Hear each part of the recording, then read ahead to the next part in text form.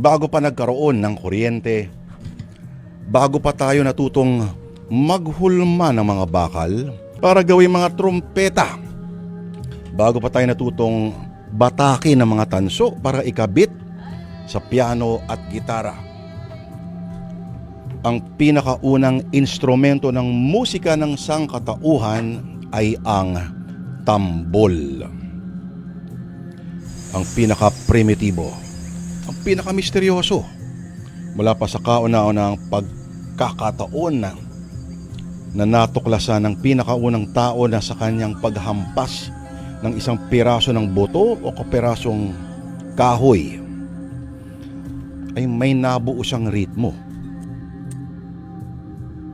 At tambol din ang unang nagpasayaw sa kanyang mga katribo.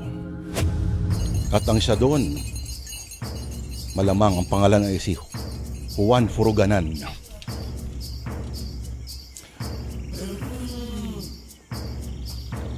Tambol din ang naging hudyat ng simula at pagtatapos ng mga seremonya.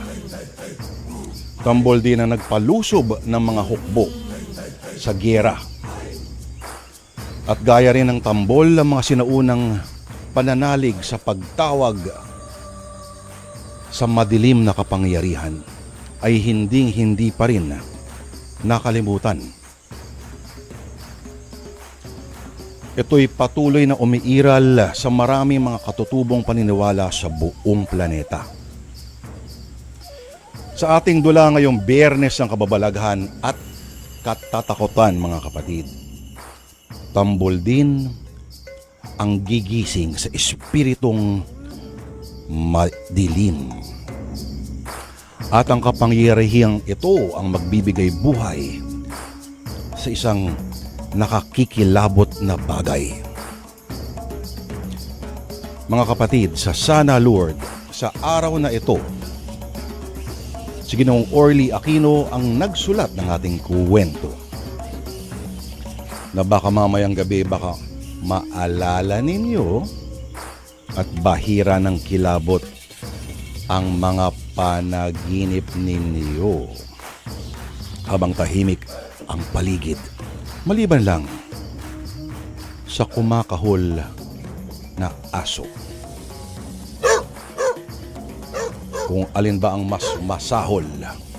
Simulan na po natin ang dulang pinamagatang sa ritual ng tambol. Sige mga katribo! Patugtugin ninyo na malakas ang tambol! Iparating nyo sa lahat ang masamang nangyari sa rebulto ng ating anito! Diwang! Ama! Ano nangyari? Ba't narito ka sa labas ng kubol? At ba't sa kalaliman ng gabi nagpapatugtog ng tambol ang mga katribo natin? Mga tugtog na nagpapahiwatig ng masamang pangyayari! Ama! Masdan mo ang rebultong bato ng ating anito. Tingnan mo ang uka sa kanyang noo. Ha! Ang brilyante sa uka ng noo ng rebultong bato! Nawawala! Kaya nga ako nababahala, Ama. Ikaw ang kinikilalang pari ng tribo natin sa gubat na ito. At bilang isang pinuno, katungkulan mong pangalagaan ang brilyante sa rebulto ng anito natin. Alam ko, Diwang. Kailangang mahuli ang nagnakaw sa brilyante, Ama. Dapat siyang parusahan. Dapat siyang mamatay. Akong bahala. Gagamitin ko ang kapangyarihan ng mahiwagang manika upang mabawi ang brilyante at maparusahan ang pangahas na nagnakaw doon. Kilala ko ang nagnakaw sa brilyante, Ama. Sino, Diwang? Ang manggagatyong taga-Kapatagan. Si Alex. Si Alex?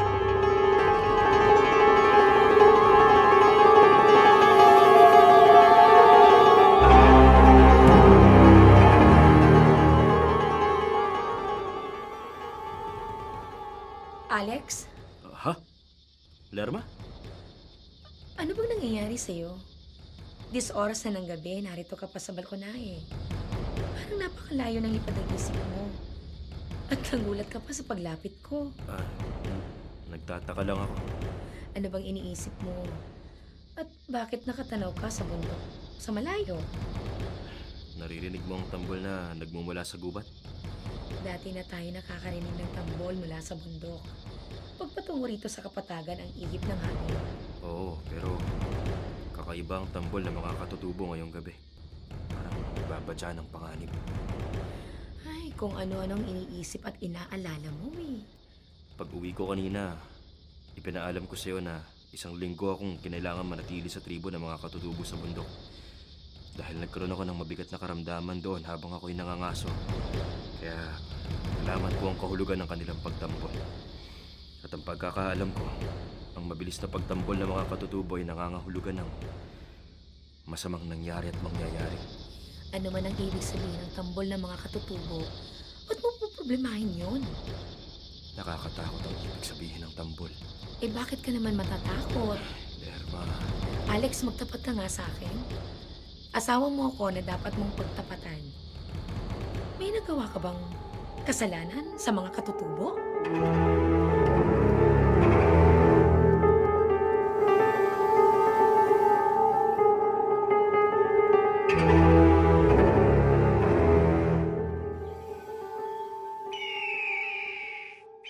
Malaki. Malaki ang kasalanan ni Alex sa tribo natin, Diwang. Napakalaki, Ama. Wala siyang utang na loob. Traidor! Nang magkaroon siya ng mabigat na karamdaman dahil sa kagat ng mga makamandag na insekto rito sa gubat, tinulungan ko siya. Iniligtas sa tiyak na kamatayan. Inalagaan. Pero nang gumaling siya, ano ang isinukli niya sa lahat ng kabutihan ko sa kanya? At sa lahat ng pagkupkup at pagpapala na ginawa sa kanya ng tribo natin, trinaydor niya tayo. Ninakaw niyang brilyante sa rebulto ng ating anito. Pagsisisihan at pagbabayaran ng mga ngasong yun ang kapangasan niya. Ama, alam kong may kapangyarihan ka. Pagkagat ng dilim, Diwang, matitikman ni Alex ang bagsik ng kapangyarihan ko. Ama, Matitikman niya malagim na parusa sa nagawa niyang mabigat na kasalanan.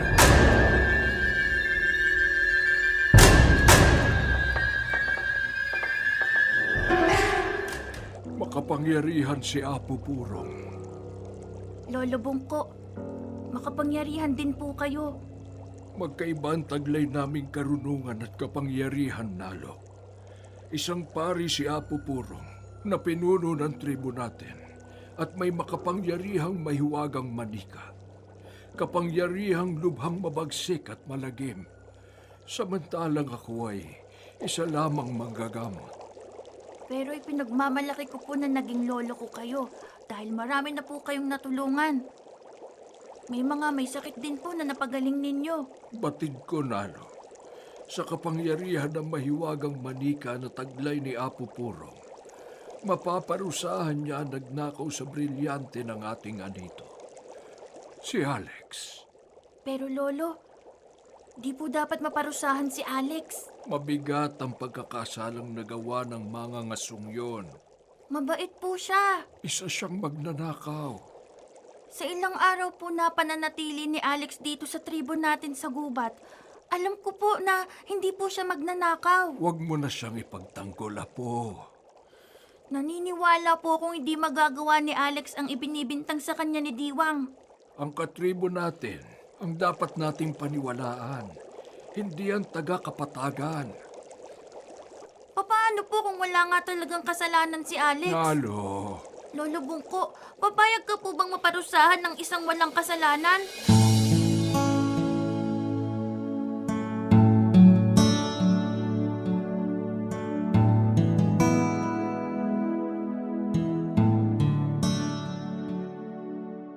Alex, ano na naman bang iniisip mo? Wala, Lerma. Sabi ko nga sa'yo, wala akong nililihim. Naalala ko lang ang pananatili ko ng ilang araw sa gubat. Lumabas ka na rito sa kwarto. Mag-aaay na ako ng hapunan natin. Malapit na naman kumagat ang dilim. Ang sandali ng banta sa akin ni Diwang. tandaan mo, Alex. Santo man araw. Sa pagkagat ng dilim, huwag kang makasisiguro sa buhay mo. Sisiguruhin ko hindi na magtatagal ang buhay mo. Mahigpit ang banta sa akin ng babaeng katutubo. Dapat ko bang sabihin sa asawa ko na nasa panganib ang buhay ko? Apo Purong, laganap na ang dilim sa buong kagubatan. Kaya pauwi na ako sa aming kubol, Tandang Bungko. Gagamitin mo na ba ang iyong kapangyarihan ngayong gabi? Kailangan. Dapat kong parusahan na nagnakaw sa brilyante ng ating anito na aking pinangangalagaan. Apong Purong, kaya sinalubong kita rito sa labas ng aking kubol. Tutulungan mo ko para maparusahan na nagnakaw sa brilyante ng ating anito? Hindi na kailangan, Tandang Bungko. Nais ko lamang malaman. Nakatitiyak ka bang ang taong parurusahan mo ay sadyang may kasalanan? Tiniyak sa akin ni Diwang na ang taga-kapatagang si Alex ang nagnakaw sa brilyante ng ating anito. Nakatitiyak ka bang lahat ng mga katagang lumabas sa bibig ng iyong anak ay pawang katotohanan? Pinararatangan mo ba na nagsisinungaling ang anak ko? Ay, hindi. Apo Purong, nagtatanong lamang ako.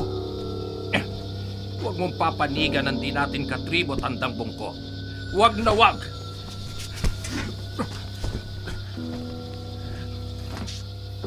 Kapag kinalaban mo, kahit magkatribo tayo at batid kong may taglay ka ring karunungan at kapangyarihan, hindi ako mangingiming gamitin ang lahat kong nalalaman laban sa'yo. Apong Purong, matitikman mo ang bagsik ng kapangyarihan ko. Matitikman mo ang lagim na hatid ng mahiwagang manika.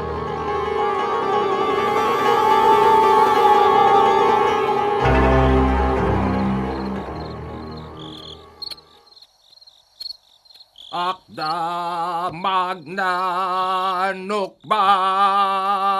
Ama, Huwag mo akong abalahin, Diwang. huwag kang magalit. Ayokong inaabala ko pag nagsasagawa ko ng ritual at orasyon. Patawad po, Ama. Lumabas ka rito sa kubo. Pumasok ka lamang rito pag tapos na ako magsagawa ng ritual at orasyon upang maparusahan na nagnakaw sa brilyante ng ating anito. Opo, Ama. Akba magna akda.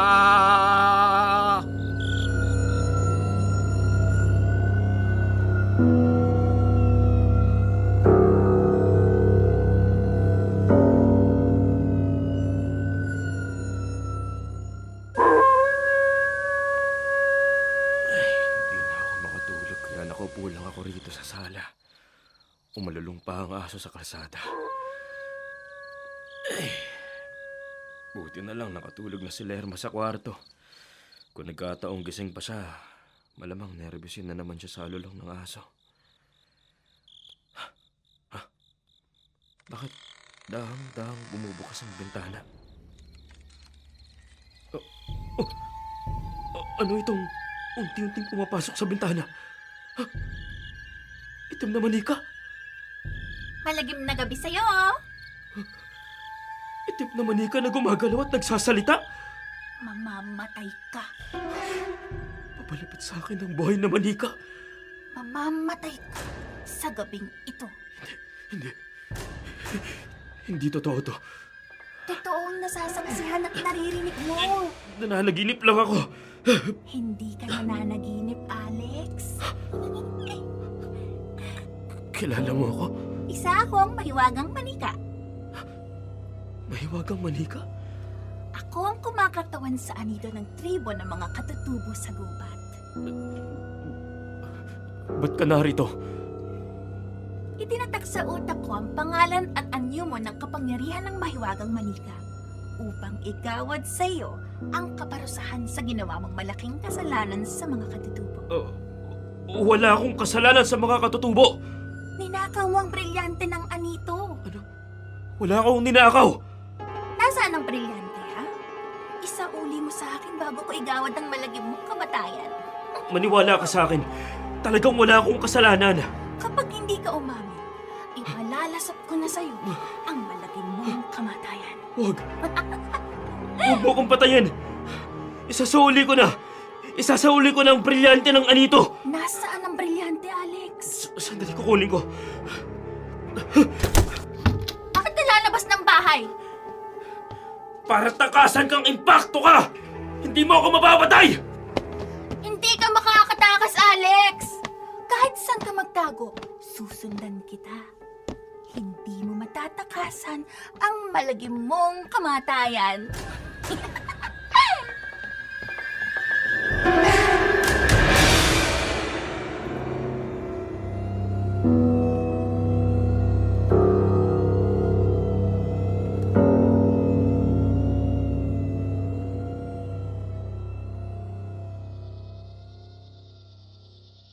Ano, Ama?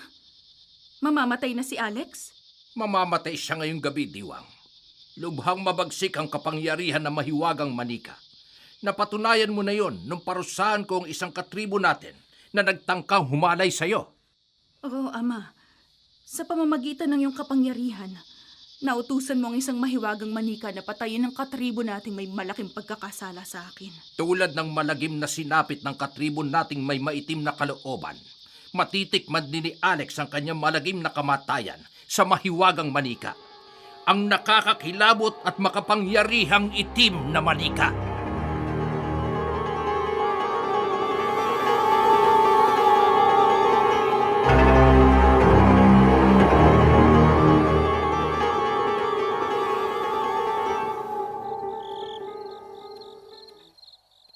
Alex, nagbibiro ka ba?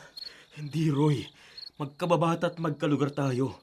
Magkaibigan na tayo bago ka pa naging pulis. Kabisado mo na ako, di ako mapagbiro.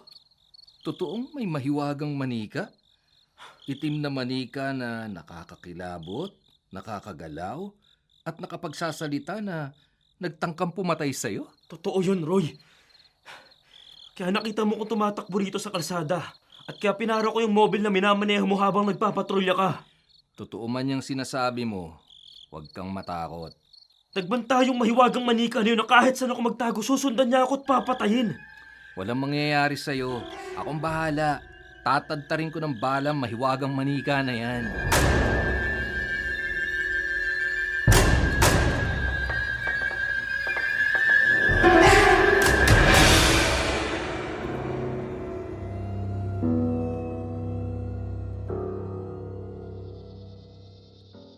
Nalo, malamang hindi palampasin ni Apo Purong ang gabing ito na hindi siya gagamit ng kapangyarihan ng mahiwagang manika laban sa mga ngasong nagnakaw sa brilyante ng ating anito. Hindi po natin natitiyak na may kasalanan nga ang kaibigan kong mga ngaso, Lolo Bungko. Mabuting tao po si Alex. Hindi mo siya lubos na kilala. Ilang araw natin siyang nakasama rito sa gubat. Tiyak ko pong mabait si Alex, Lolo. Malaki yung utang na loob ko sa kanya. Iniligtas niya nga po ang buhay ko eh. Ah, kailan kanya iniligtas? Nung isang araw po, nalubog po ako sa Kumunoy. Hindi ko lang pinalam agad sa inyo kasi baka po magalit kayo sa akin dahil sinuway ko po yung bili ninyo na wag akong maglalaro sa tabi ng Kumunoy. Kung totoong iniligtas ka ng mga ngasong yon, totoo nga hindi siya masamang tao. Hindi siya dapat mamatay sa malagim na paraan sa kapangyarihan na mahiwagang manika.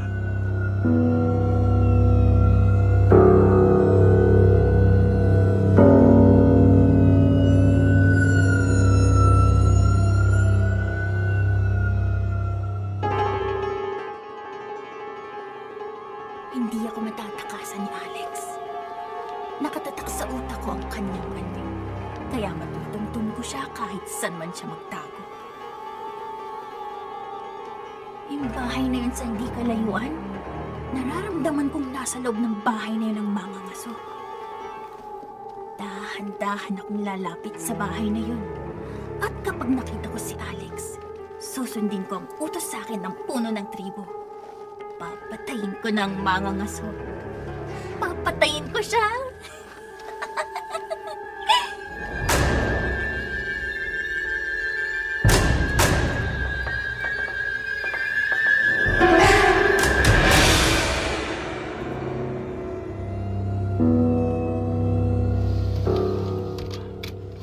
Bakit binuksan mo ang pinto, Roy? Relax ka lang, Alex. Bakit nasa labas nitong tinitirhan mo ang mahiwagang manika? Huwag kang matakot. Kahit maligno pa magtangkang pumatay sa'yo, madidisgrasya siya sa akin. Alex, Roy! Ang mahiwagang manika! Nasa labas ng bahay! Totoo nga may itim na manika na nakakagalaw at nakakapagsalita. Hindi mo ako matatakasan, Alex. Maligno! Akong harapin mo! Ikaw lalaking may sandata. Hindi ako natatakot sa'yo.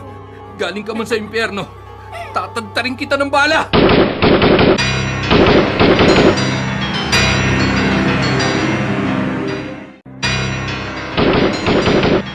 Hindi mo ako mapapatay. Hoy, hindi yata tinataglan ng bala yung mahiwagang manika.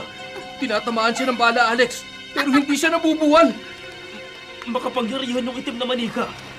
Wala siyang kamatayan. Tumakas na tayo, Roy! Sige, Alex. Tumakas na tayo bago pa tayo mapatay ng mahiwagang manika. Tumakas na tayo! Hindi niyo ako matatakasan! Kahit saan kayo magtago, tutugisin ko kayo! Papatayin ko kayo!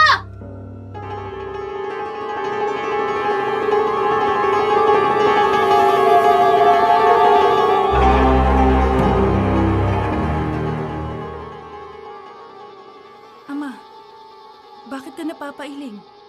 Diwa, maliwanag ang nababanaagan ko sa bilog na palamuti ng suot kong singsing. Nabigo ang mahiwagang manika na parusahan ng mga ngasong taga-kapatagan na nagnakaw sa brilyante ng ating anito. Hindi napatay si Alex? Hindi. Pero muli ako magsasagawa ng ritual at orasyon. At sa pagkakataong ito, titiyakin kong hindi na makakaligtas si Alex sa bagsik ng kapangyarihan ng mahiwagang manika.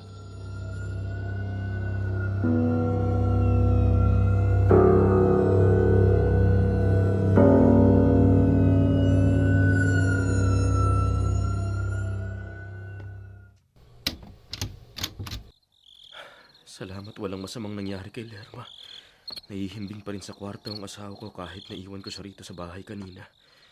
Dahil nahunahan ako ng takot sa mahiwagang manika. Sana makasunod agad sa akin dito si Roy. Dala ang sandatang kukunin daw niya para ipanlaban sa nakakakilabot at makapangyarihan na itim na manika na yon. Ay, baka balikan ako ng maligno yan.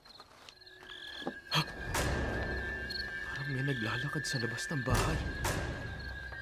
Silipin ko nga rito sa bintana kung sino naglalakad sa labas. Yung mahiwagang manika. Alex! Tumigil siya sa paglalakad.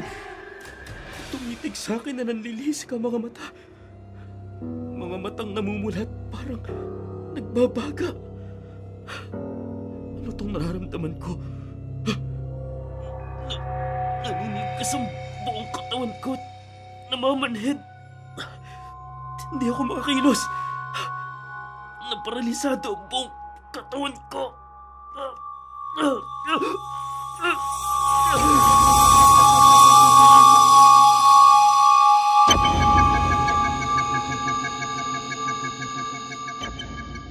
Lalo, huli na.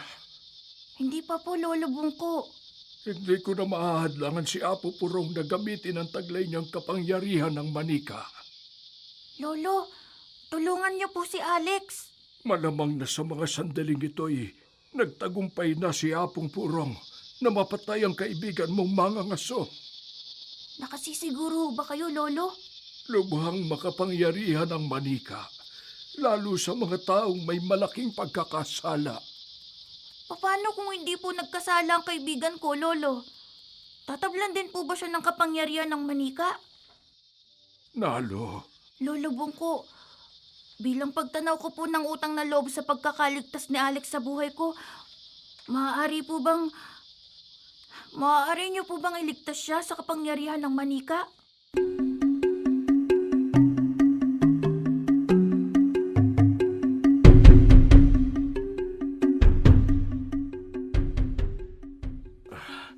Lerma, Alex, kung hindi pa ako nagising at lumabas ng kwarto, hindi ko pa malalamang narito ka sa sala.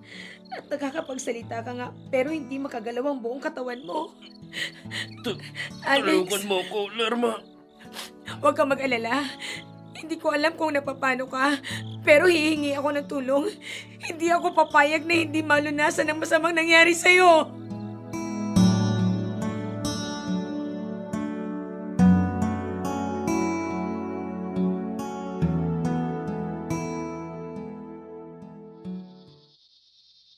Mahiwagang manika. Bakit ka nagbalik rito sa gubat? Sinisisi mo ba ako, Apo Purong? Nagtatanong labang ako. Wala kang karapatang sisihin ang gaya kong kumakatawan sa anito ng inyong tribo. Sa ngalan ng kapangyarihan ng manika, magbalik ka sa kapatagan. Parusahan mo ang mga ngasong nagnakaw sa brilyante ng aming anito. Hindi ko siya napatay dahil natakasan niya ako. Hindi ka na niya matatakasan. Paralisado na ang buo niyang katawan dahil sa iyong kapangyarihan. Kung ganon ay babalik na ako sa kapatagan at igagawad ko na sa mga ngasong si Alex ang malagim niyang kamatayan.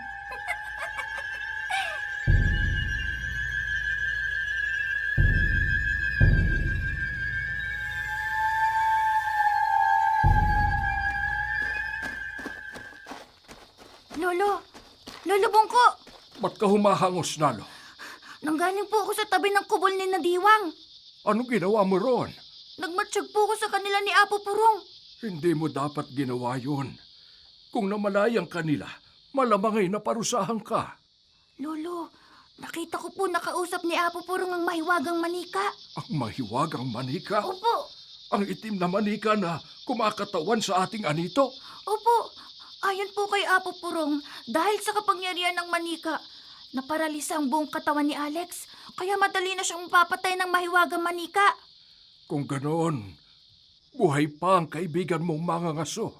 Pero papatayin siya ng itim na manika, Lolo. Kaya tulungan niyo po ang kaibigan ko. Mahirap, Nalo. Nakikiusap po ko sa inyo, Lolo. Walang karaniwang tao makakaligtas sa bagsik ng kapangyarihan ng mahiwagang manika.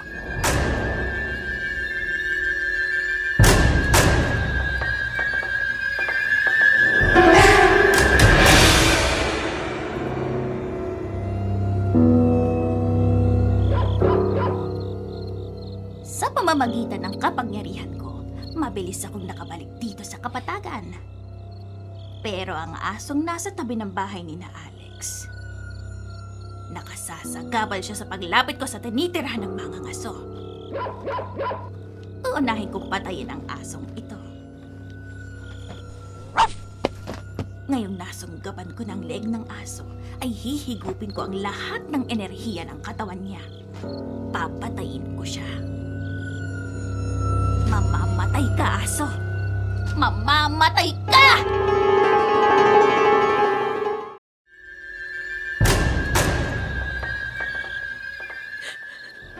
Diyos ko. Ang boses mo, Lerma. Baka marinig ka ng manika na nasa di kalayuan sa atin. Baka makita niya na dito tayo nagtatago sa likod ng puno. Roy, nakita natin ang ginawa ng manikang itim sa aming aso. Sakto nga ang pagdating ko, sinalubong mo ako. At namataan natin ang pagdating ng mahiwagang manika, kaya nakapagtago tayo agad. Pero si Alex, nag-iisa siya sa sala namin. Huwag ka mag-alala, tutulungan ko siya. Ikaw lang talaga ang inaasahan ko makakatulong sa kanya. Kaya tinawagan kita. Dadaling ko siya sa ospital. Paano natin madadala sa ospital ang asawa ko? Nasa harap ng bahay namin ng manika. Mapupuksa din natin ang malignong yan. Pero paano? Ikaw na rin ang nagsabing hindi tinatabla ng balang manikang itim. May hiniram na akong sandata para mapatay siya. Kukunin ko na lang. Dumaan lang ako rito sa inyo para unahin sanang tulungan si Alex. Pero dahil nandito ang manika, kukunin ko muna ang sandata. At saka na ako babalik dito. Aalis ka? Oo, Lerma. Sumama ka kaya sa akin. Delikado para sa'yo na maiiwan dito. Hindi ko maiiwan si Alex. Paralisado ang buong katawan niya. Magmamadali tayo. Malapit lang ditong kukunan ko ng sandatang panlaban sa manikang itim. Habang wala tayo rito, hindi kaya patayin si Alex ng maiiwagang manika?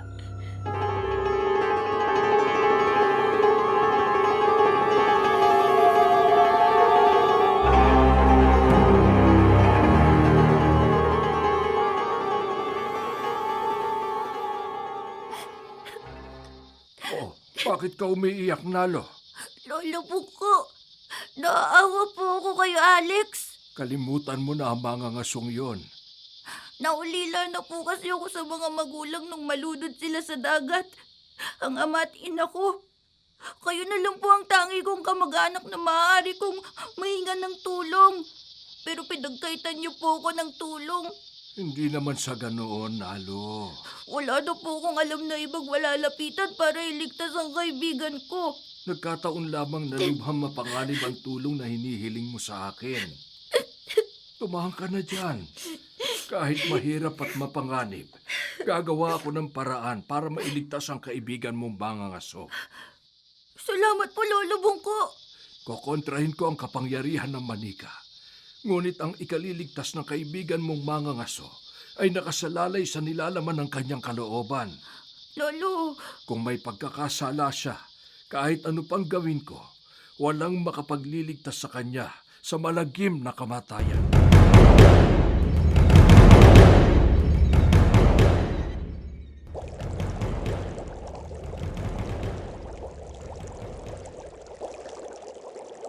Isasagawa ko na ang nararapat na ritual at orasyon upang kontrahin ang kapangyarihan ng manika, upang makaligtas sa malagim na kamatayan ng mangangasong si Alex.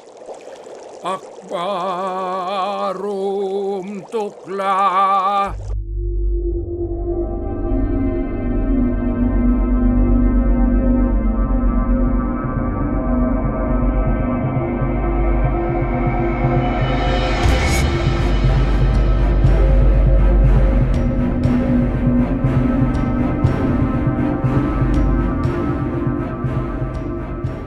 tamang-tama. Nag-iisa si Alex sa loob ng bahay. Papasok na ako. Mahiwagang manika. Ngayon, Alex, ngayong hindi makagalaw ang buong katawan mo, matitikman mo na ang bagsik ng kapangyarihan ko. Papatayin na kita. Wag! Hihigupin ko ang espiritu mo. Mamamatay ka na.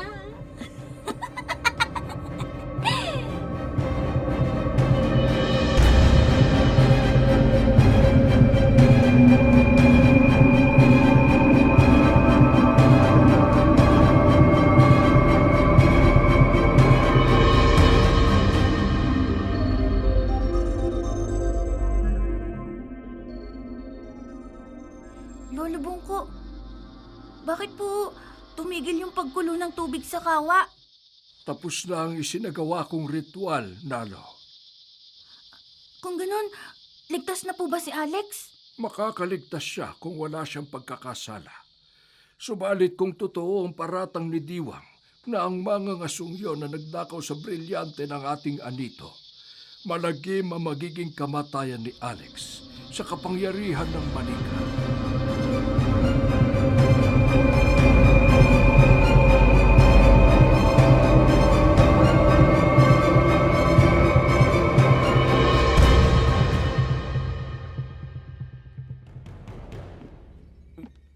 Mahiwagang manika.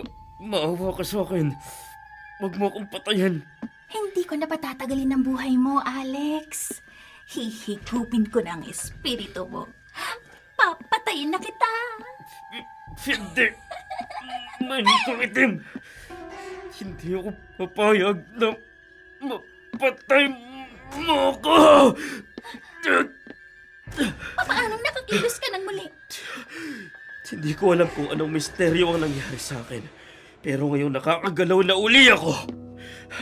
Itong flower vase. Alex, Iampas ko to sa ulo mo! hindi mo ako mapapatay. Kahit nakakakilos ka ng muli, itutuloy ko na ang paghigop sa espiritu mo. Itutuloy ko na ang pagpatay sa'yo. Hindi. Hindi ako papayag na mapatay mo! Ha! Kahit saan ka magtago, ay masusundan pa rin kita, Alex! At sa susunod na magkita ulit tayo, hindi na kita paliligtas sa'yo. Hindi na kita titirhan ng hiling. Titiyakin ko na ang malagim mong kamatayan.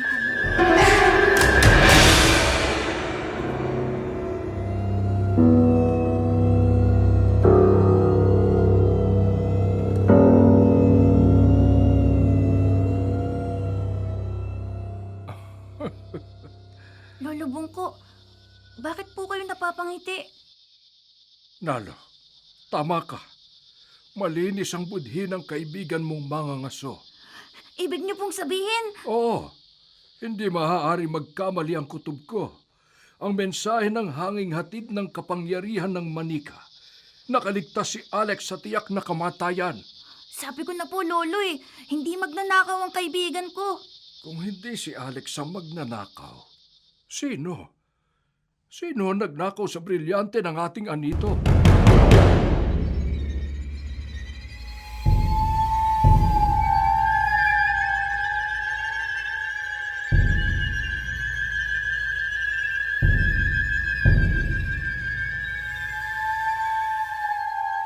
Ano, Ama? Nakaligtas si Alex? Malinaw ang nakikita ko sa palamuti ng aking singsing. Natakasan na naman ng mga ngaso ang kamatayan sa kamay na mahiwagang manika. Anong klaseng kapangyarihan meron ng manikang itim, Ama? Bakit hindi niya mapatay si Alex? Anong saysay na...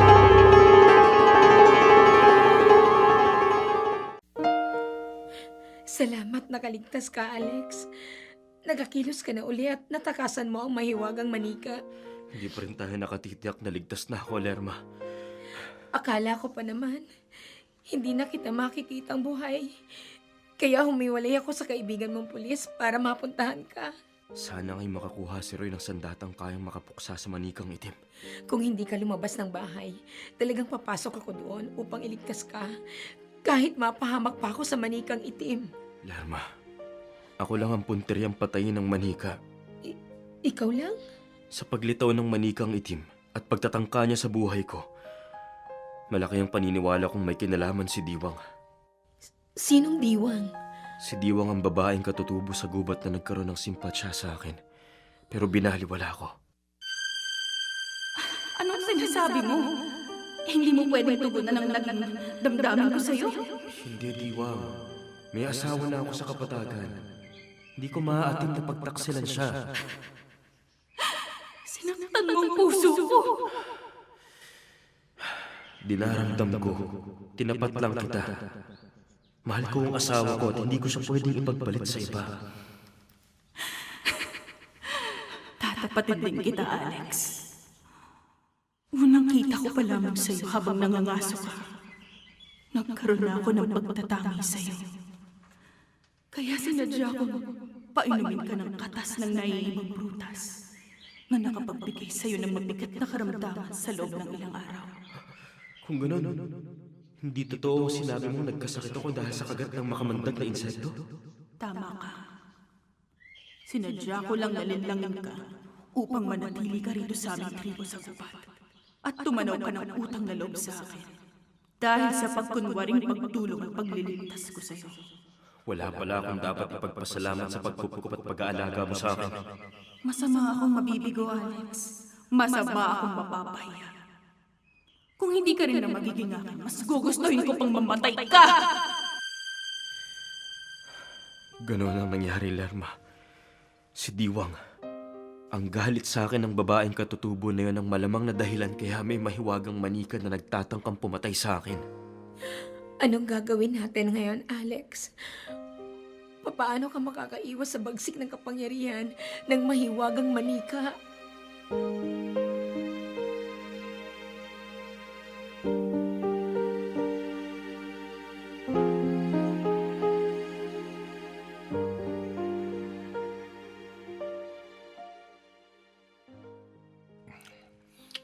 Nagtungo tayo rito sa yungib na libingan ng ating mga katribo, Diwang. Dahil kailangan kong kumain ng laman ng bangkay upang lalong lumakas ang aking kapangyarihan. Tama, Ama. Upang higit kong mapakinabangan ang kapangyarihan ng manika. At huwag mo nang palampasin ang gabing ito, Ama. Sa kapangyarihan ng manika, ipapatay mo na hindi lamang si Alex, kundi ang kanyang mga mahal sa buhay.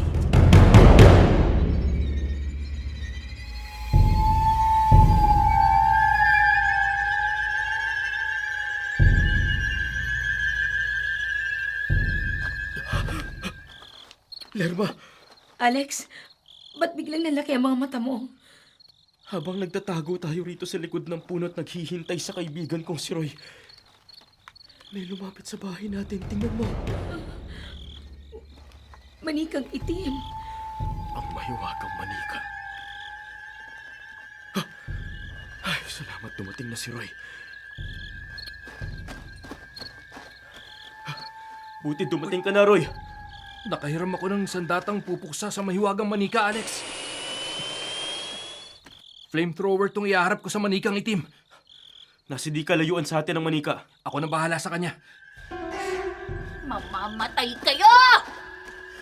Papalapit sa atin yung manikang itim. Lumayo ka muna rito, Alex! Sige, babalikan ko si Lerma. Mag-iingat ka, Roy! Mahiwagang manika, bago ka makalapit sa amin, bubugahan kita ng apoy. Susunugin kita hanggang sa maging abo ka!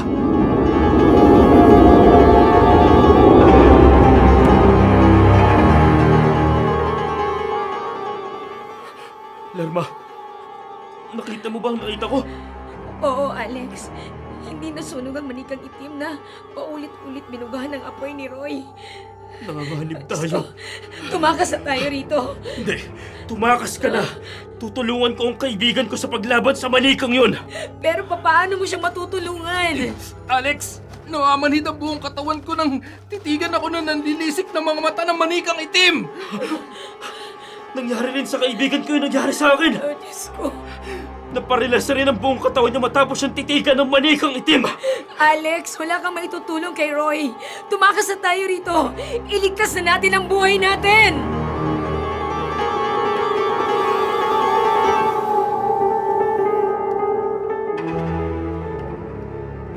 Ngayon, lalaking nagtangkang pumuksa sa akin. Ngayong hindi ka na makakilos, hihigupin ko ang espiritu mo. Papatayin na kita.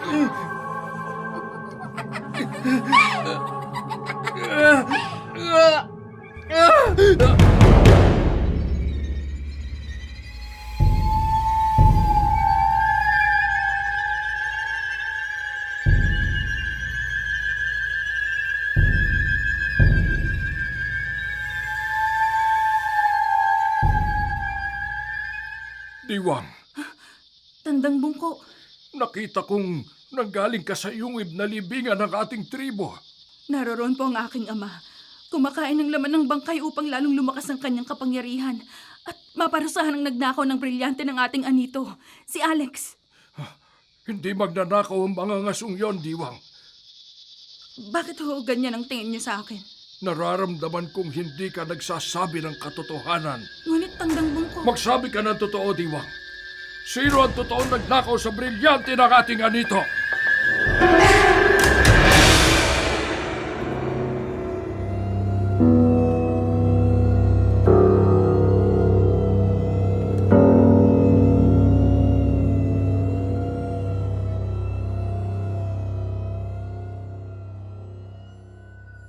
Ba't nagbalik ka rito sa libingan, Diwang?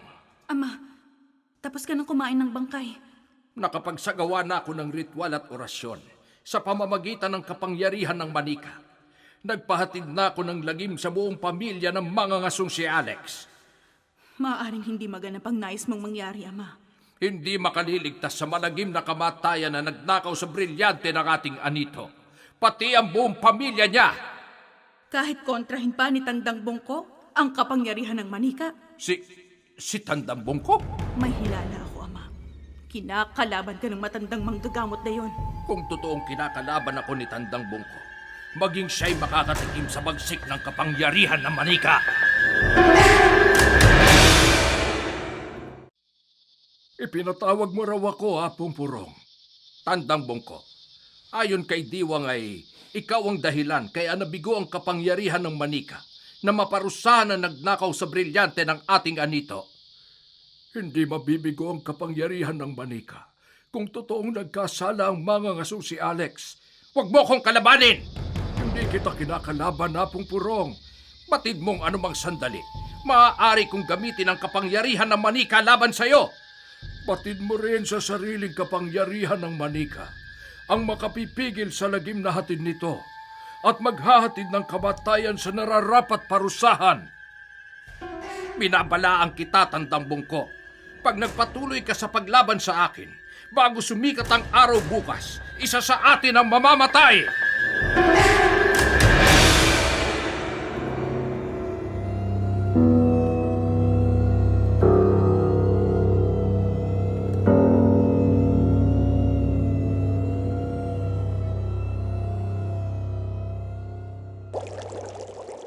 Batid kong sa gabing ito gagamitin ni Apong Purong. Ang iba yung bagsik ng kapangyarihan ng manika laban sa akin. Kaya magsasagawa na ako ng ultimatum na ritual at orasyon upang malantad kung sino ang may maitim na budhi na dapat parusahan ng mahiwagang manika ng malagim na kamatayan.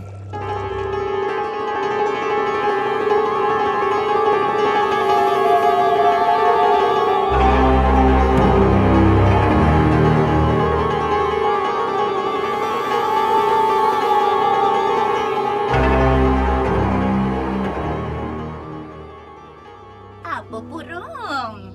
Manikang itim, napatay mo na ba ang mga ngasong si Alex at ang kanyang pamilya? Hindi pa po, Apo Purong. Bakit nagbalik ka na dito sa gubat? May kapangyarihang nagpabalik sa akin dito. Papatay ka, Manikang Itim. Papatayin mo ang kumakalaban sa aking kapangyarihan. Opo, Apo Purong. Susundin kita. Papatay ako. Hindi ko titirhan ng hininga ang may malaking pagkakasala sa ating anito. Papatay ako gamit ang aking kapangyarihan.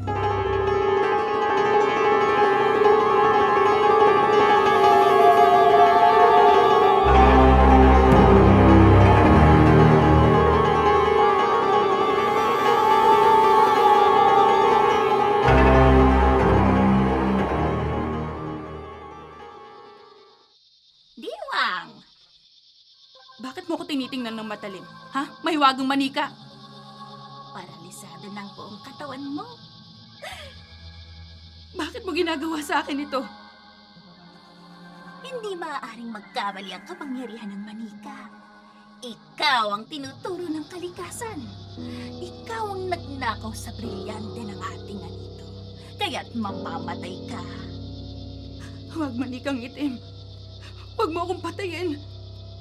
Isang malaking kalabastanganan sa ating anito ang ginawa mo. Hindi. Isasauli ko ng brilyante. Walang kapatawaran ang ginawa mong kasalanan. Wala akong hangad ang kinin ng brilyante. Ginawa ko lang kasangkapan ng pagnanakaw doon upang maparusahan ng lalaking nagdulot sa akin ng malaking kabiguan at sakit ng kalooban. Ngunit nagkasala ka. Dapat kang parusahan. Dapat kang mamatay. Huwag. Mamamatay ka na. Hihigupin ko na ang iyong espiritu. Wag! Wag!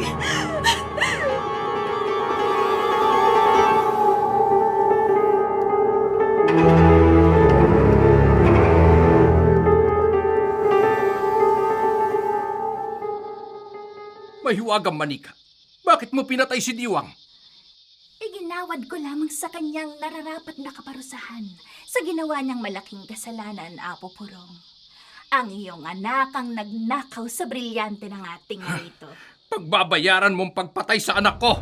Gagamitin ko ang buong lakas at bagsik ng kapangyarihan ko upang mapatay ka! Apo Purong, huwag mong kalabanin ang mahiwagang Manika. Wala kang laban sa bagsik ng kanyang kapangyarihan. Arma Akda Turba! Kalaban-laban sa akin, Apo Purong. Gaya ng ginawa ko sa anak mo, panlilisigan kita ng mga mata. Hindi ko may galawang buo kong katawan! Hihigupin ko ang iyong espiritu at mamamatay ka.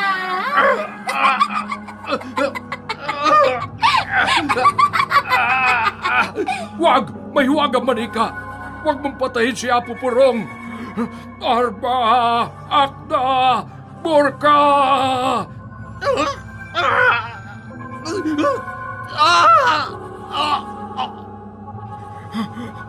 Huli na ang pagsaklolo ko kay Apo Purong.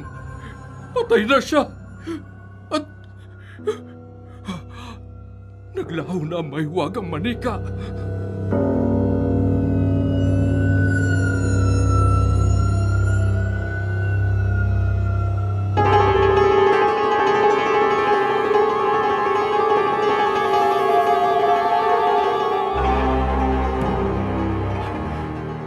Totoo ba, Tandang Bungko? Nasauli na ang brilyante sa rebulto ng inyong anito? Oo, Alex. Kaya nagbalik na ang katahimikan sa aming tribo. Salamat po at naniwala kayong walang pagkakasala ang asawa ko sa inyong mga katutubo. Kaya nga naparito ako sa inyo, Lerma, upang ipabatid kay Alex na wala na siyang dapat pang ikabahala. Wala na kayong dapat ikatakot. Sa pagkawala ni Diwang at ng kanyang ama, tapos na ang lagim na hatid ng bagsik ng kapangyarihan ng mahiwagang manika.